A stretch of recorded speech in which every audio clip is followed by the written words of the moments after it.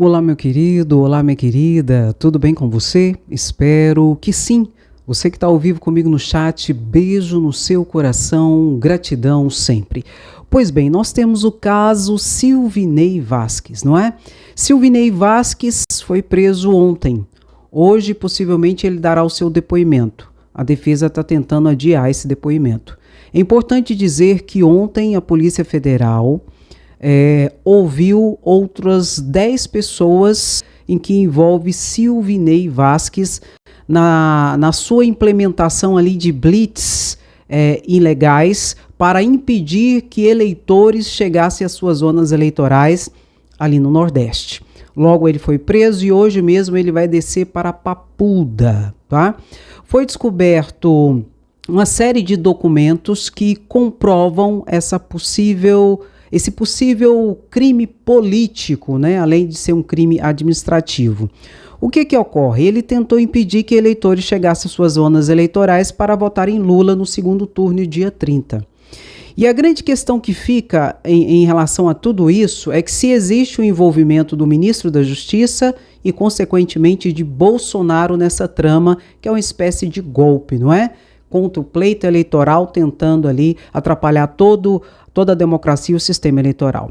Para tanto, a Polícia Federal apreendeu computadores, celulares, apreendeu o passaporte dele e também de mais outras 10 pessoas com cargos de chefia e de diretoria na Polícia Rodoviária Federal. Luiz Carlos, ex-superintendente do Rio Grande do Sul, Rodrigo Roper, ex-diretor de inteligência substituto, Wendel Benavides, ex-corregedor-geral, Bruno Nonato, agente da PRF, Anderson Frazão, ex-coordenador-geral, Dejairlon Henrique, ex-diretor de operações, Antônio Melo, ex-coordenador-geral, dentre outros que foram alvos da Polícia Federal dentro dessa operação. O fim é se buscar o mandante. Teve um mandante? Teve alguém que mandou que Silvinei Vasquez agisse dessa forma?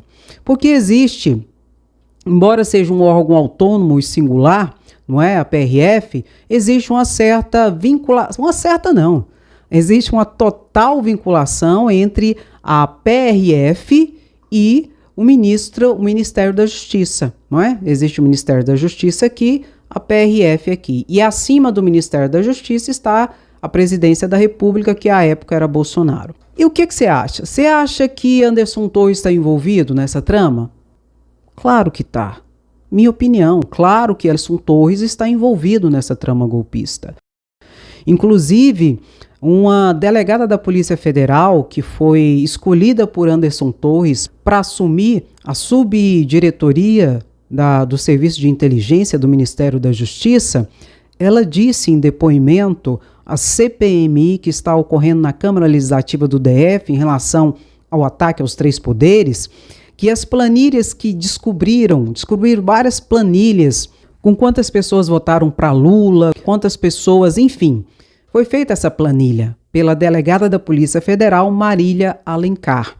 E foi perguntado para ela ali na CPMI quem foi que pediu para que ela fizesse essas planilhas.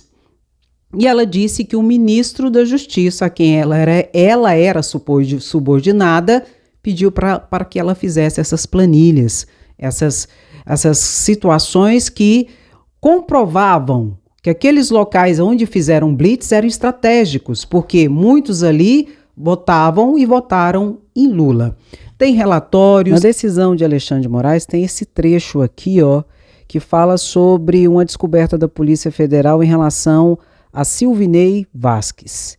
Vasquez disse que havia chegado a hora da PRF tomar lado na disputa e que o então diretor-geral pediu engajamento dos presentes nas operações de 30 de outubro, especialmente no Nordeste. Hora de tomar lado na disputa.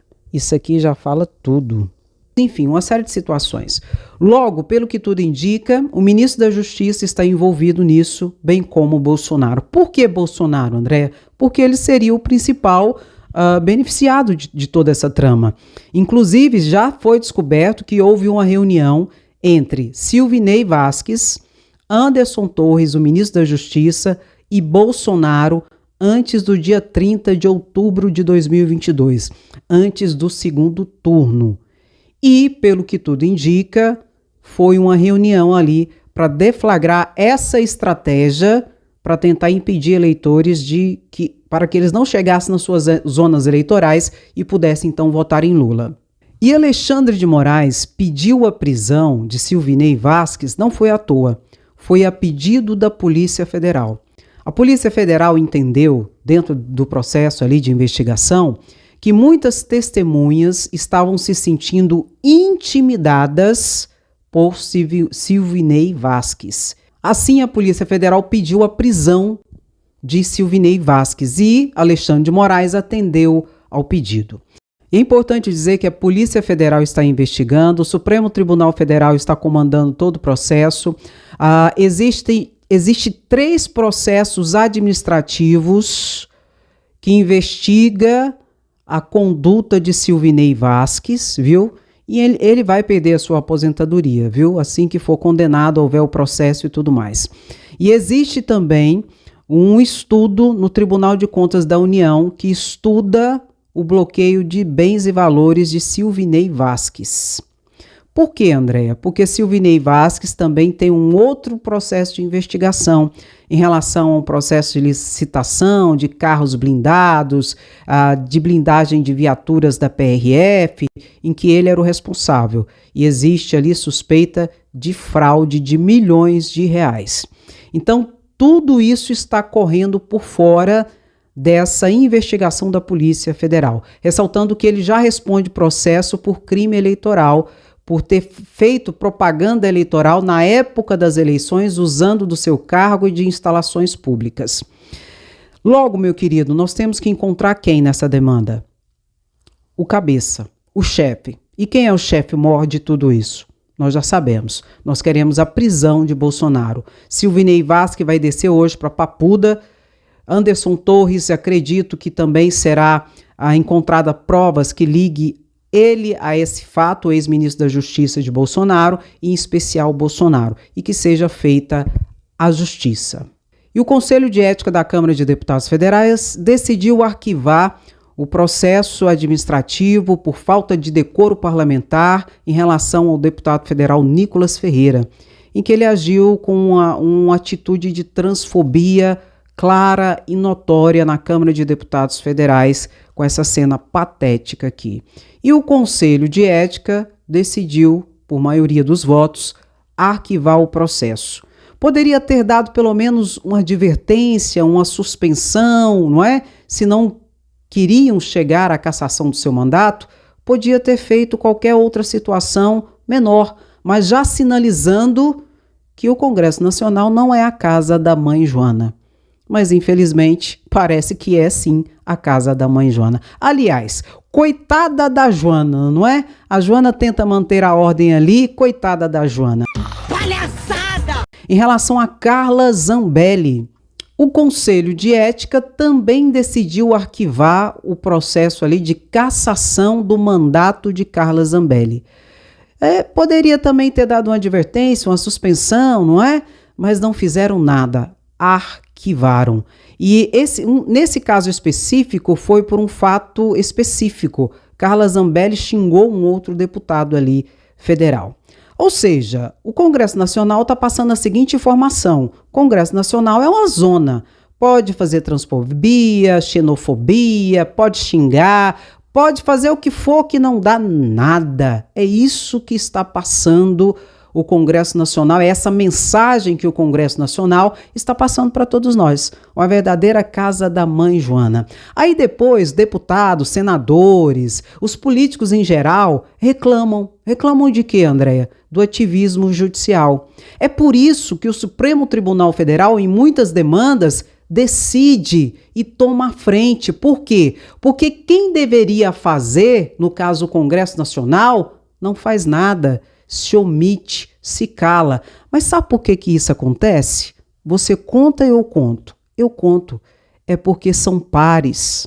muito possivelmente são iguais, são semelhantes. E muitos ali que a princípio votaram para que houvesse a condenação desses dois, na última hora, no último momento, mudaram seus votos e mudaram o seu entendimento. Será por quê? Será que tem o toma lá da cá? Será que não teve uma conversazinha nos bastidores? Porque não tem como, gente. Essa é uma situação inaceitável, em que esse Congresso Nacional passa vergonha no crédito e no débito. Não só em relação a esses dois deputados, não. Tem senadores aí que, por favor, é uma vergonha. E depois, quando o judiciário Xandão decide, ai, é o ativismo judicial, ai, ele é comunista, ai, bebê. Depois, não venha reclamar quando a justiça agir. Porque isso aqui, a gente que paga o salário, é uma vergonha. Paga o salário para passar vergonha no Brasil, em todos nós e internacionalmente, lamentavelmente. E foi descoberta reuniões secretas entre Bolsonaro e especialmente Lindor Araújo, em que Augusto Aras esteve presente também. Em maio de 2022, Augusto Aras se reuniu com Bolsonaro e com Lindor Araújo, todos juntos ali, sem estar oficialmente na agenda e sem qualquer publicidade dessa reunião. Algo secreto, sigiloso. Ressaltando que o Procurador-Geral da República, bem como a Vice-Procuradora-Geral da República, tem um papel sine qua non dentro de todo o nosso sistema democrático republicano. Pois é eles que entram com ação, com denúncia ou não, contra os maiores cargos da República. Dentre esses cargos está o do presidente da República. É eles que fazem ou não uma denúncia contra o presidente da República. E Lindor Araújo e Augusto Aras, por várias oportunidades nos 4 anos de mandato de Bolsonaro, tiveram a oportunidade de fazer denúncias contra Bolsonaro sobre vários casos que poderiam incorrer em crimes. Quem decidiria no final era o Supremo Tribunal Federal. E Augusto Aras e Lindor Araújo, nós sabemos, passou pano durante os 4 anos de mandato. Inclusive, em abril, Lindor Araújo se reuniu com Bolsonaro e com Flávio Bolsonaro. Em abril de 2022, teve uma reunião secreta com Flávio Bolsonaro e Bolsonaro. E Flávio Bolsonaro foi um dos que ajudou na nomeação de Lindor Araújo para o cargo de Procuradora-Geral da República. E, coincidência ou não, 2-3 semanas consequentes, a posteriori, Lindor Araújo inocentou novamente Bolsonaro à época por mais um possível crime de racismo. O que eu quero dizer com tudo isso, meu querido? A postura vexatória, inesquecível negativamente, do Procurador-Geral da República, Augusto Aras, e da Vice-Procuradora Lindor Araújo, que ficará na história negativamente, só pode ser explicada essa vexatória falta de ação da Procuradoria-Geral da República por algum tipo de conluio, por algum tipo de toma lá da cá. Se não, meu querido, minha querida, não tem explicação. Não tem outra situação que justifique ou que explique essa situação de vexame da Procuradoria-Geral da República. Isso tem que ser investigado, viu? Tem. É complicado, mas tem que ser investigado. Porque não tem cabimento uma situação dessa. E eu sempre falo aqui para vocês do fator pedagógico.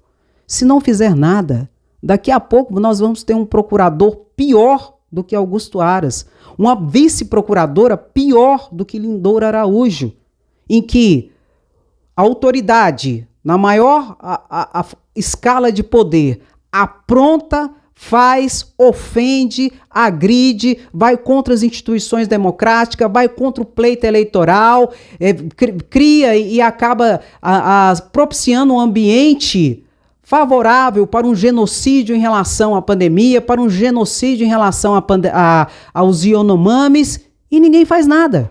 Aliás, quem deveria de fato e de verdade fazer, que são eles, simplesmente não fizeram nada. Uma vergonha, um vexame. Tem que ser investigado essas reuniões. Qual era o teor dessas reuniõezinhas? Era pro toma lá da cá? Era pro faz-me rir? Era pro cala a boca? Era para quê? Por que não dera publicidade dessas reuniões? O órgão acusador se encontrando com aquele que deveria ser acusado, com aquele que deveria ser investigado. Me lembrou alguém, né? Me lembrou um marreco, um pato. Um absurdo isso. Que acaba travestindo a nossa nação, o nosso país, numa verdadeira república de bananas. Ou seria das bananas. Né? E como não poderia ser diferente, Bolsonaro foi multado novamente pelo TSE por propagar fake news. Novamente foi detectado que o ano passado Bolsonaro propagou fake news novamente com o ridículo e absurdo kit gay. Exatamente isso. E agora ele vai ter que pagar mais uma multa de R$20 mil para a Justiça Eleitoral. E foi feito um estudo e descobriram que o partido que mais propaga fake news e desinformação é o Partido Liberal, é o partido de Bolsonaro. Ah, coincidência, não é? É o partido de Bolsonaro que mais propaga fake news e desinformação. E veja que o fundo eleitoral, o fundo partidário, é que banca o partido. Então quer dizer que nós estamos bancando o PL para propagação de fake news e desinformação. É isso mesmo? Bilhões de reais saem dos cofres públicos e vai em direção aos cofres do PL. É o partido que mais recebe fundo partidário para propagar fake news e desinformação. Assim fica difícil. Assim realmente não sobra dinheiro para nada não, porque a gente tá bancando mentiroso, Pinóquio, aí fica difícil. E mais um processo de Bolsonaro desce para a primeira instância. O novo ministro do Supremo Tribunal Federal, Cristiano Zanin, numa ação ali em referente a crimes eleitorais, desceu o processo. Isso é forma de dizer, desceu o processo lá para o Acre. Você lembra aquele vídeo, aquele evento em que Bolsonaro pegou uma bengala, né? Eu acho que foi uma bengala, uma muleta, não sei, e fez assim de matar, metralhar, petezada e tal, toda aquela situação? Pois é, esse processo desceu e como ocorreu ali em Rio Branco, vai para a justiça ali do TRE de Rio Branco, no Acre. Por quê? Porque o Supremo Tribunal Federal não tem mais competência para julgar Bolsonaro nesses casos, porque Bolsonaro perdeu o foro privilegiado. Agora, gente, por favor, não vamos confundir alhos com bugalhos. Ah, então quer dizer que o Supremo Tribunal Federal não pode julgar Bolsonaro, o TSE não pode julgar Bolsonaro. Depende. Situações que envolvem, por exemplo, golpe, tentativa de golpe, a depredação no Supremo Tribunal Federal, o Supremo Tribunal Federal que é o competente, viu? Exatamente isso, é uma questão de competência. E situações que chegam no TSE, que chegam no Supremo Tribunal Federal via recurso, é eles também, as cortes superiores, que são responsáveis, são competentes. Então existe uma série de regras de competência que determina quem pode julgar, onde vai ser julgado, por que corte pode ser julgada. Logo, os processos contra Bolsonaro estão se ramificando pelo Brasil todo. Pelo Brasil todo. Aonde ele aprontou que o processo estava no Supremo Tribunal Federal, vai descer para o respectivo estado. Vão ser dezenas de estados em que Bolsonaro vai responder os seus processos, tá bom? E ele tem que responder mesmo. Porque de tudo isso que eu disse para vocês, a gente fica pensando, não é? Como a justiça demora e como que o poder legislativo, no caso, como eu expliquei para vocês, de Nicolas Ferreira e Carla Zambelli, perde oportunidade, não é? Enquanto isso, nós que pagamos toda a conta, seja do parlamento, seja do judiciário, seja da máquina administrativa, enfim. E Bolsonaro, o que ele fez? Ele loteou a administração pública em pontos estratégicos, notadamente de forças de segurança e de militares, para que, no frigir dos ovos, no final de tudo, ele pudesse de fato e de verdade dar o golpe. O golpe só não ocorreu porque não teve apoio internacional. Se Donald Trump tivesse sido reeleito e ganhado as eleições, muito possivelmente hoje nós estaríamos num estado de exceção e o golpe teria sido perpetrado. Só não foi porque não teve apoio internacional. E, mesmo assim, Bolsonaro e toda a gangue, a organização criminosa, deixaram acontecer a invasão dos 3 poderes. Por quê, Andréia?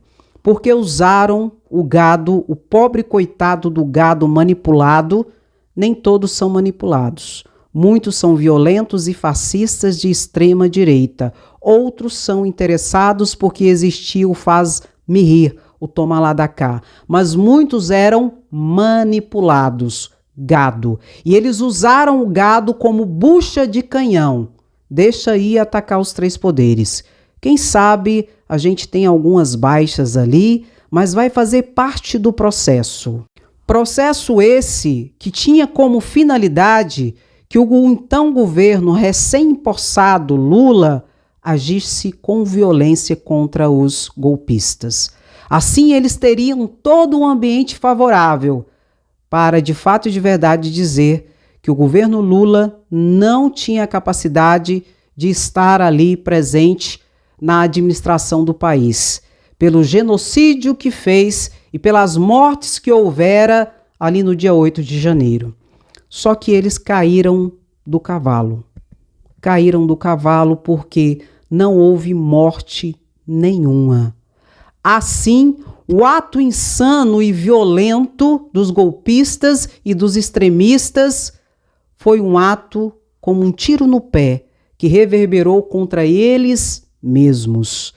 Mas a estratégia final foi essa, como o último ato de desespero, em que nós vamos conseguir derrubar de uma forma ou de outra, já que não tiveram sucesso em todos os atos anteriores em que tentaram desqualificar as urnas eletrônicas, o pleito eleitoral e a mais alta corte do país, leia-se Supremo Tribunal Federal e, notadamente, o Tribunal Superior Eleitoral.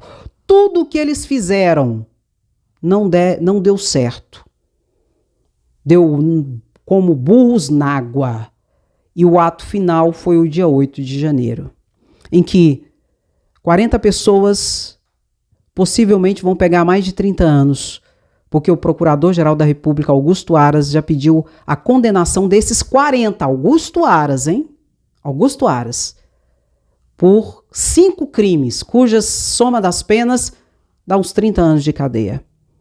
Agora, os que estão aqui atrás de mim têm que pegar isso para mais, porque são os chefes, são os cabeças. Tem muito mais gente. General Heleno, General Braga Neto, várias outras figuras que também estão por detrás desse ato de tentativa de golpe, que tem que ser responsabilizados e que tem que ser alcançados pela justiça. Em especial, o chefe mor, o inelegível, que tem que ser preso, ir para Papuda e pagar pelos seus crimes, pois ele que foi o autor intelectual, se não o executor e até, quem sabe, financiador de todo o golpe, já que ele propagava e incentivava o golpe desde o primeiro ano do seu mandato. Bolsonaro já fazia isso, já era golpista de carteirinha, assumido, e sempre reverberava ataques às instituições democráticas. Bolsonaro tem que ir para a cadeia. Esses seriam os meus comentários de hoje, mas eu quero saber o seu comentário, pois ele é o mais importante. Dá aquela paradinha, curte a live e compartilha, que é muito importante, viu? Você que está ao vivo aí comigo no chat, beijo no seu coração, gratidão sempre. E se você não for inscrito no canal, se inscreva, porque aqui a informação é sempre de forma clara, objetiva e sempre com muita seriedade. Um grande abraço, beijo no seu coração, até o próximo vídeo, tchau, tchau.